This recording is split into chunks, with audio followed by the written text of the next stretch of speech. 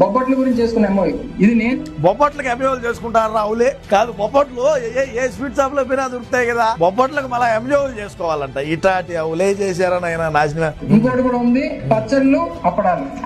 పత్రాల్లో అప్పడాలు ఎంజో చేసుకోవాలేమిరా? ప్రియా పత్రాలు లేవా? లేదంటే ఏ బడ్డీ గుట్లు అయిపోయినా కూడా పచ్చడి దొరుకుతుంది కదా, దానికి మళ్ళీ ఎంజో చేసుకోవాలా? ఈ మనం తెచ్చినటువంటి ఘనత మన పార్టీ ఘనత. మనం ఐటీ మినిస్టర్గా ఎందుకు తోపుడు బండి మీద పచ్చళ్ళు అమ్ముకో సరిపోలా? ఇప్పుడు అదే పని చేస్తా ఉంటాం. నాకు తెలిసి ఇటు నాకిచ్చే నేల నాకిచ్చారు. ఇంకోటి అధ్యక్ష, మనం బిర్యానీ లాట్లో వేసుకుంటాం కదా అధ్యక్ష, అల్లం వెల్లుల్లి పేస్ట్, జింజర్ గార్లిక్. ఒరే ఆ మెట్టి తీసుకుని అన్న కొట్టుకుంటా మెట్టన్న ఇరా కాదు. అల్లం వెల్లుల్లి పేస్ట్ ఎంజో చేసుకున్నాయంట. చెక్క మొగ్గ జాపత్రి బిర్యానీ ఆకు ఇంకా ఏదో ఉంటాయి, వాటిని ఎంజో చేసుకున్నాను.